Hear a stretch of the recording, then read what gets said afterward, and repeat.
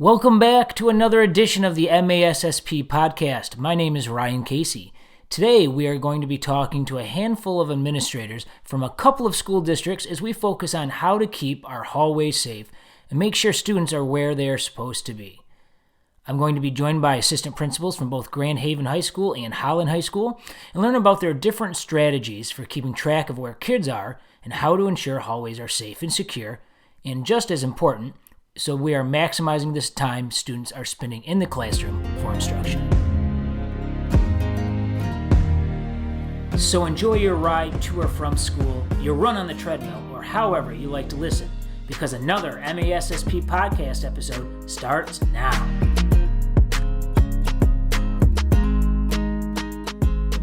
So on today's podcast, we have a few different administrators from both Grand Haven High School and Holland High School joining us.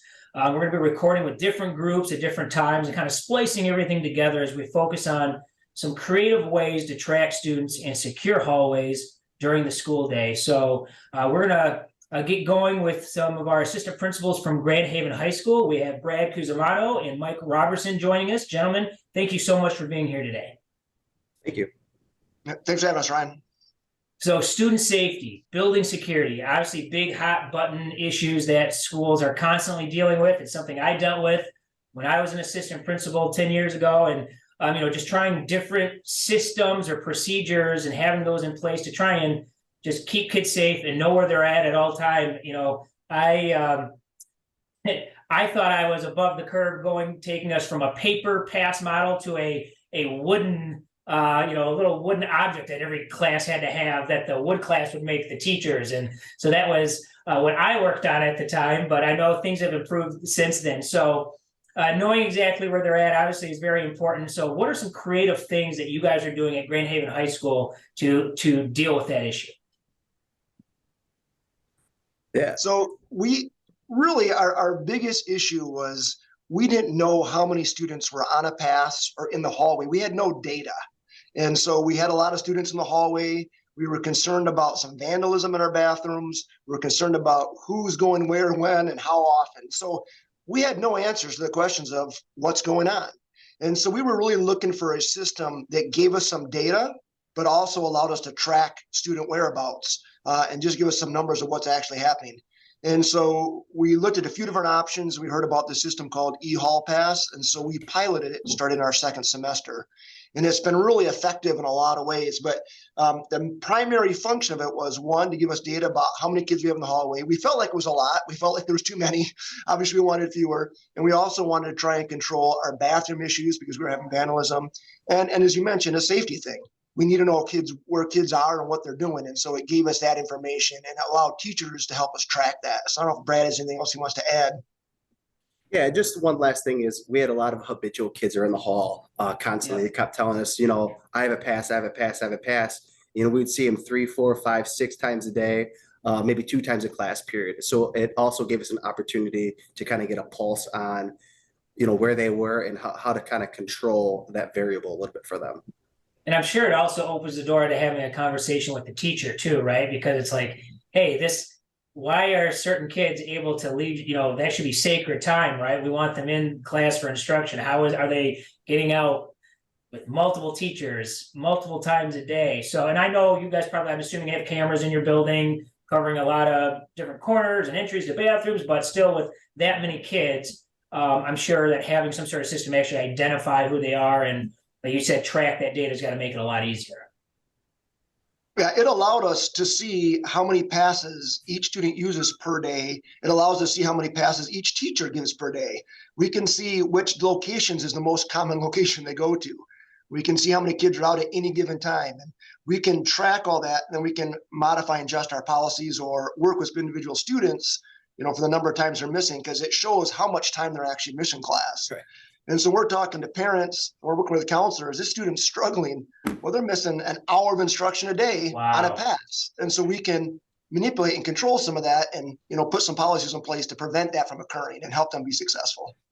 So I'll back up for a second. So what were you doing previously before the eHall Pass system? And then it sounds like you're explaining you can see all this data. So can you also walk us through what does this actually look like from the administrator lens? I'm assuming it's some sort of like dashboard or portal or an app that allows you to do something. So again, we'll start with what were you doing previously, and then what does this specific thing look like through the admin lens?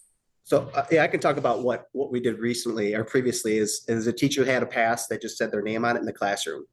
The expectation was for that student to grab that pass, and there was only supposed to be one out at a time. And ideally, we would like that student have that pass around their neck, go to the bathroom, go to their locker, come back so we could see that. Obviously, that didn't happen. We had to have multiple kids out at a time. The passes would be in the kid's pocket, so it was really hard to, figure out, were they out on an appropriate pass, were they skipping class, or there more than one kid out at a time.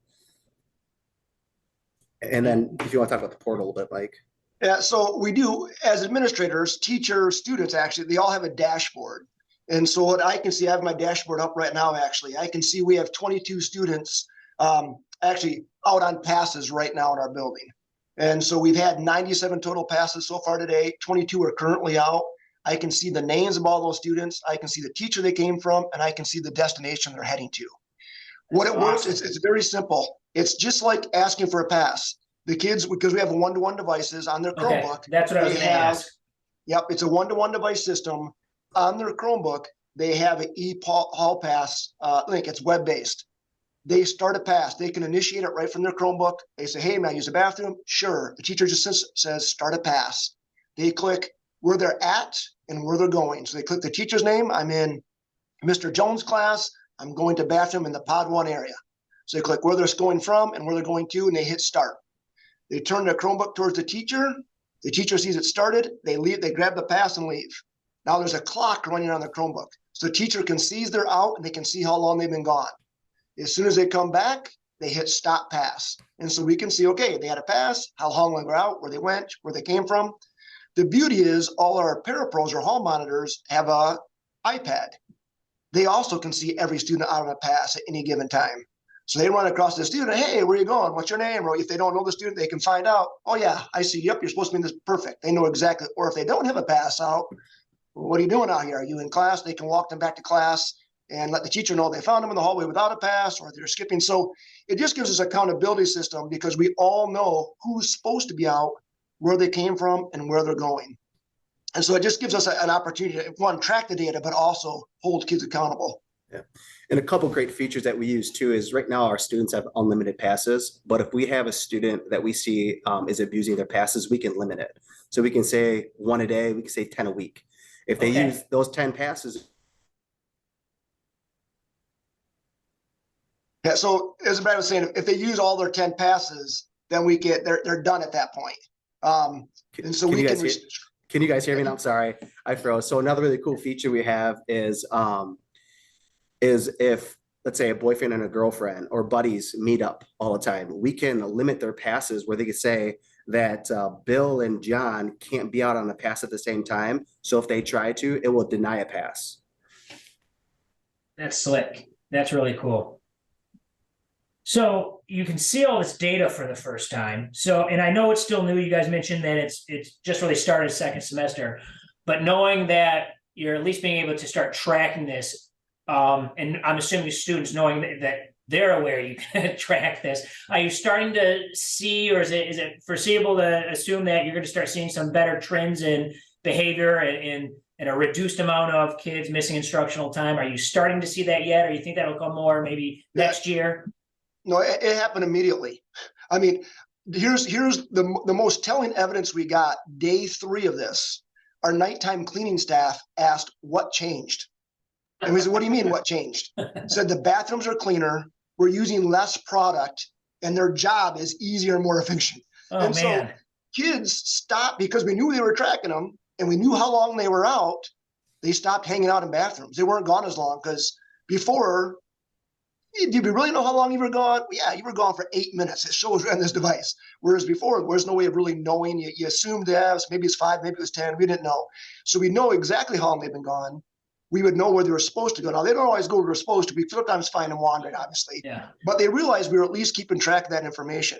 And so we've seen a reduction of number of students out on pass, number of kids in the hallway at the same time, less vandalism in our bathrooms, using less product in our bathrooms. Things are cleaner. It was an immediate impact. And we can, like I said, we can track. We thought we have no idea how many kids are using a pass. We got about 1,800 students. We only use about 600 passes a day. So that's only 1/3 of the population. And the reality is that's about 450 kids using passes. Just some use it multiple times. So only a quarter of our students ever even use a pass during the school day. And so in our mind, we're thinking everybody's out all the time. Yeah. Well, the reality is it's really good. And it's just a few kids that we need to kind of rein in and work with to make sure they're in class. And of course, it's the kids who need to be in class most who are out the most. But we have data to support that now. We can come up with a plan to, address that issue. And so when you rolled this out, was it, I mean, I'm assuming the kid, I mean, it seems like it's a pretty simple system to use. So did you make a video to show kids how to use it? Did first hour teachers just kind of demonstrate? How were you able to roll it out to the kids for them to learn or use the system? Yeah, so the system is super intuitive, very easy. We started with our staff. We did it in a staff meeting, kind of explained to the staff how it's going to work, because ultimately it's a tool. And if you don't have your staff on board, if they're not using it, it's ineffective. We need to make sure everybody's on board. So we work with the staff, and there's a couple of different ways you can do a pass. You can do a teacher initiated, where they have to start the pass for the student, or you can do a student initiated. The teacher initiated gives them more control, but it also is more work for them. And so we try to keep it as simple as possible. You could run the exact same system you're doing, just have them start it on their Chromebook. And so we did that, and that was easy for people to get on board. Some people wanted to have the control. I'm going to start it and stop it on my Chromebook. But we want them on board first. Then we have what's called an academy, which is basically a homeroom type setup, where we did a screencastify, gave the explanation to students. The beauty of the system is once they're logged in, there is a training section, and the students can go through and watch tutorial videos on anything they want. And like I said, it's very intuitive. It really takes about 5 minutes to explain to kids, but if you want more, you can do more. It also has an appointment pass. So our counseling system is using it, our counselors are using it, our attendance office is using it. We've gotten away from paper passes. And so if a student or a parent calls in, I need a student released at 2:00, our attendance office sends a pass to that student and teacher, and they get a notification that they're going to be dismissed at that time.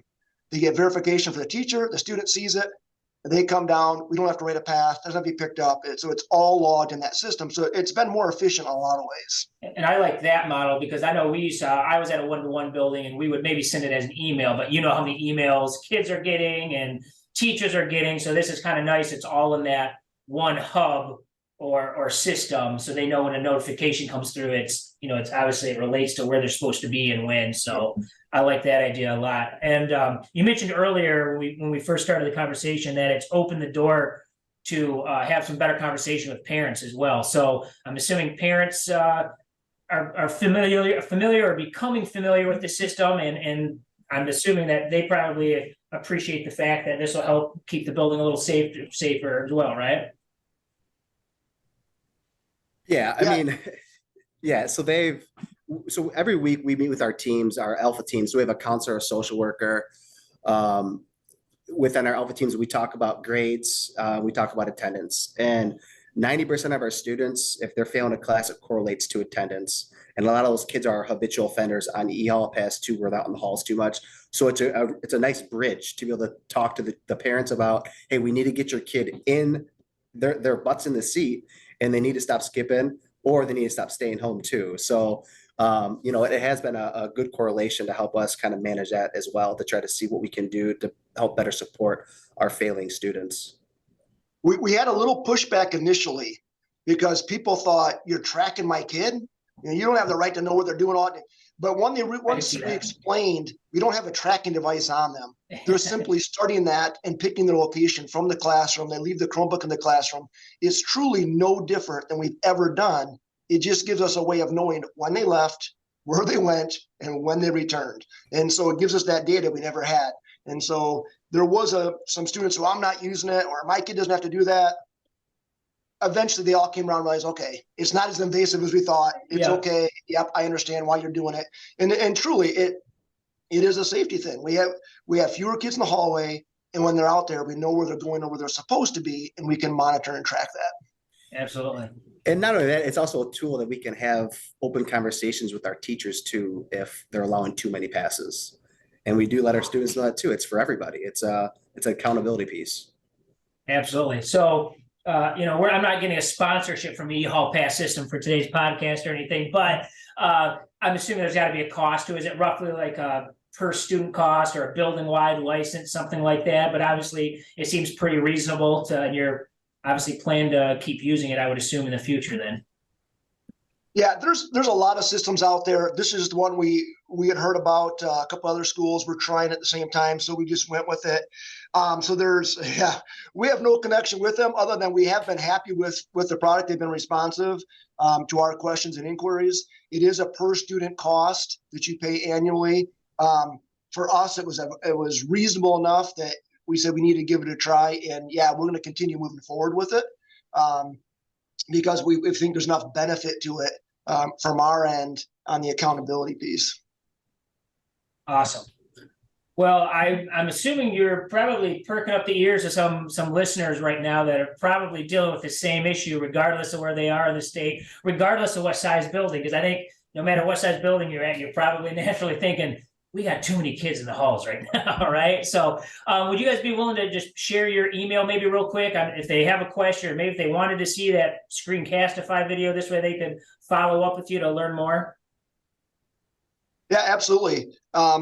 It's robersonm@ghaps.org. And if you just went to the Grand Haven High School webpage, both Brad and I's faces are on there, and you can click on that link. I will tell you, if you went to ehallpass.com, you can look at their tutorial videos as well. Okay. They have those open to anybody because obviously it's a sales pitch for them. They want you to see what's available. And that's what we did before we even decided to give it the trial. We went on their site and did a lot of investigation and looked at some of the videos, and it seemed simple enough that we wanted to give it a try, and I'm glad we did. Awesome. Well, I really appreciate your time. For those who don't realize, we're recording right now at 9 a.m, which is probably the best time to catch an assistant principal before something happens in the day, and then you guys are running around the building for the rest of the school day. So I really appreciate your time, guys. Best of luck with the rest of this school year, and I'm glad to see you were able to find a tool that's helping you deal with an important issue in your building. So that's exciting to see when we actually get some solutions that help. So appreciate the time, guys. Thank you. All right, thanks, Ryan. Thanks, Ryan. And we are jumping around today on the MASSP podcast, talking about building safety and security, keeping track of students, making sure they're where they're supposed to be and being safe.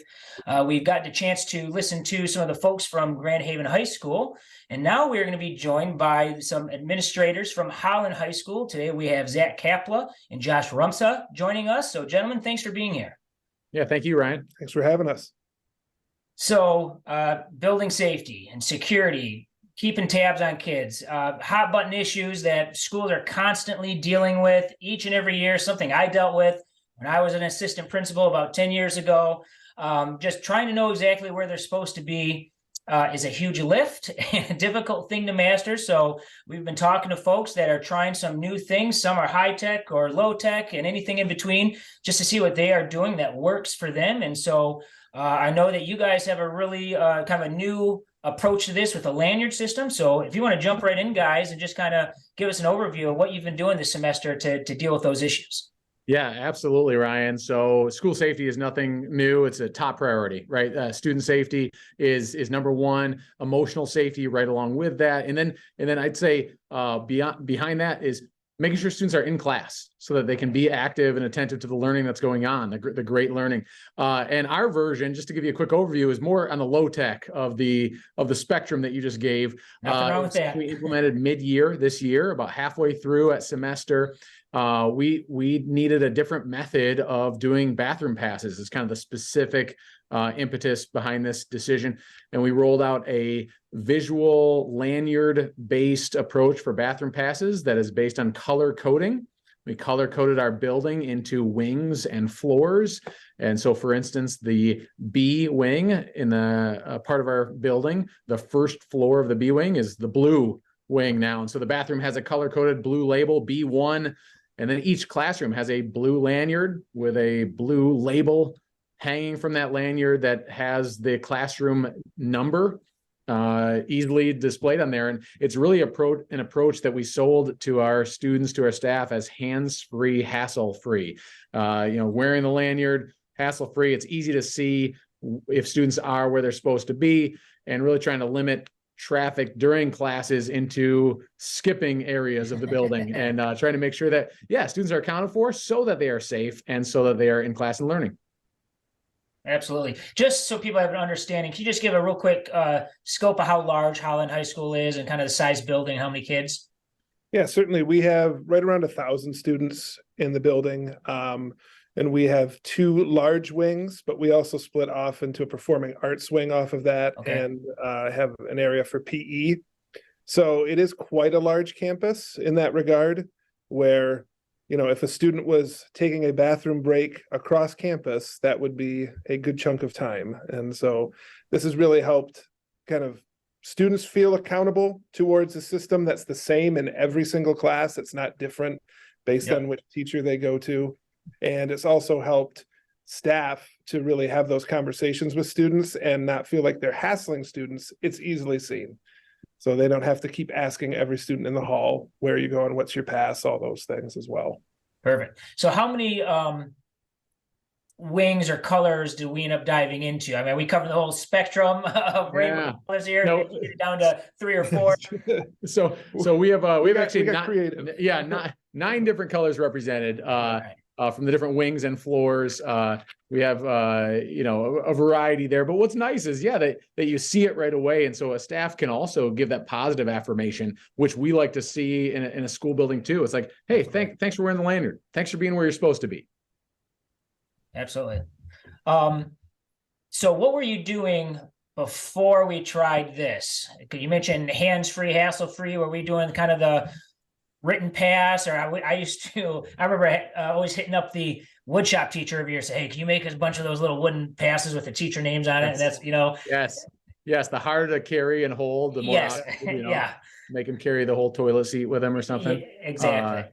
No, but yeah, we were doing the traditional, I guess, pad where a teacher has to take time out of their lesson where they're teaching. They have to write on the pad exactly who's going, the time, all that, and rip it off, give it to the student. Students holding that. Often they crumple it, throw it away, put it in their pocket, and they're walking through the halls and there's nothing visible, right? And then they return and maybe they keep that pass, maybe they don't. And every once in a while, I'm not saying this happened here, but maybe a student will steal an entire pad of passes and just, you know, have a heyday until we find that later. But this way, you know, there's 1 per classroom. And so we know it's got to be returned for that classroom to still have access to the system. And it's proven really, really positive. You know, I like what you mentioned too. It gives you an opportunity to have more of a positive affirmation-based interaction with the students. Say, hey, thanks for being where you're supposed to be, versus when you see a kid that doesn't have anything on them or because it's tucked in their pocket, right? It's automatic, more of a confrontational, hey, where are you supposed to be right now, right? So you kind of flipped it, which is great, obviously, for a student experience to have with any staff member or administrator. Well, and I think a big part of that is the consistency piece too, right? Where students know exactly with each teacher how it is, and so there's no questioning or wondering, you know, what that policy looks like. And teachers have been on board with it, and students have, by and large, been on board with it. We've had very little, if any, pushback to it. Right. So, you know, there are those who I think really do appreciate when things are across the board, right? So they don't have to feel like they're the bad guy or bad person following the rules. So the fact that you can get everybody on board using it the same way, I think speaks volumes to probably the success that you're having already. And so far, have you seen that it's helped with skipping or kids that are just spending way too much time outside the classroom? Any kind of maybe not hard data that you've collected, just anything that you've noticed naturally or subjectively? Yeah. So anecdotally, I mean, walking through the halls, it is way, way clearer in terms of students being where they're supposed to be. What's, I think, been nice, we do pull data for each semester. And so that's one thing we will pull at the end of this year and pull first semester, second semester data. So Ryan, maybe look us up, All right, there you go. follow up with that exact question. But anecdotally, it has drastically improved. yeah, I would agree. And I think that's the sentiment. That's by and large the feedback we've gotten from teachers and other staff as well, that they're appreciative of it, that anecdotally they've seen some differences with it too. So Yeah, we have some unique stories where we were able to actually track a scenario. We were looking into something else, and pretty easily, because of this new system, we went to a teacher, and this teacher actually is one that uses a kiosk still for sign in, sign out for a student, but they were easily able to pull data for, hey, here's the 3 students who used my bathroom pass one at a time, because it's a one at a time rule. Yep. In that window of time, and we were able to quickly identify a different issue. So I think just even the unintended positive outcomes have also emerged because of this. Absolutely. And at the end of the day too, it means more kids are staying put and have more instructional time, right? Which is where, that's instructional time is sacred, right? So keeping kids in class, learning with the few minutes that they have, sometimes it feels like. So you mentioned the kiosk system. So if a office, you need to call a student down, right? To the office, you got to talk with them, meet with them about something. How does that system change? Is there a different lanyard for that, or would they just use a different kiosk or more of the traditional pass system? yeah, so for an office visit, we'll still use a different pass. Okay. And that's kind of specific purpose because we know there's somebody on the other end that's receiving them. All right. That makes sense. So where that pass makes a little more sense, whereas if it's the bathroom or just, out into the hall, there's nobody receiving that. So it's hard to, Count for it. Yep. Yep. Absolutely. So, one thing we add to that, we still have the classroom teacher call when there's a destination travel. And I think there's some opportunity here. We're evolving with this. This is a, first semester rollout of the bathroom pass. We're really looking to potentially incorporate more of the tech side of it that records which students are using what, how many bathroom passes a day. Oh, yeah. Every single class period. And there's some opportunities there. I know you talked to our friends up in Grand Haven, and they've invested in a cool program that tracks some of that. Yep. And it would actually go nicely hand in hand with our visible color-coded kiosk, lanyard system. Yep. And I think that they would merge well to meet multiple needs for the district. Absolutely. Do you see, if it's going well so far, next year comes around, we'll take it right into the next year, anything that needs to be tweaked at the moment with it that you can think of? Well, I think it'd be important to reteach, right? To not just assume Yep. that everybody knows or remembers policy. But also, we've been looking at and asking with some of our school improvement team members and others that have piloted some of those kiosks, if that's something that would be more universal that we could support. So if we stay with kind of our homegrown piece to the tracking portion, what would that look like as far as creating a kiosk for each room to use for a sign out, either through iPad or Chromebook? Yep. In that respect. So that's one thing that we're looking at possibly tweaking. That makes sense. Mhm. Well, it seems like a pretty simple solution to be able to help keep kids back in their classroom. As you mentioned, have those positive moments with them in the hallway. You can see exactly where they're going and say, hey, thanks for being where you're supposed to be. And so just anytime that we can do more of that, we want to try and highlight that. And that's why I enjoy getting to talk to different folks like yourself on the MASSP podcast. So I really appreciate your time. Do you guys mind just sharing real quick your email address, if that's the easiest way to get a hold of you? If anybody has any questions or wants to ask a follow-up or, that sort of thing. Absolutely. And yeah, simple doesn't need to be doesn't have to feel like a knock either, right? I mean, it was standing right in front of us and it's met multiple needs because of this rollout. But to onboard another district, or if they have questions about what we're doing here, go to hollandpublicschools.org. That's the easiest way. Click on our high school page and all our emails will be there. Our contact info, also our direct office lines. But in short, I'm Josh Rumsa. So J Rumsa at hollandpublicschools.org. And I'm Zach Kapla, which would be Z Kapla, Kapla at hollandpublicschools.org. Awesome. Well, Josh and Zach, I really appreciate your time. Anytime I can sit down with assistant principals and a fire alarm doesn't go off or a walkie-talkie or a call or we get interrupted, that's a pretty special day. So appreciate the time that you gave to MASSP and hoping that continued success using this program at Holland High School. And maybe we'll see you guys coming up here at EdCon if we get the chance in a couple months. Otherwise, have a great end of the school year. Sounds good. Thanks, Ryan. Very much. And that's going to do it for this episode. Thank you for listening to the MASSP podcast. Remember, you can listen to this podcast and others anywhere you get your podcasts, including Apple Podcasts, Spotify, and iHeartRadio. Just search for MASSP or hit the subscribe button right now.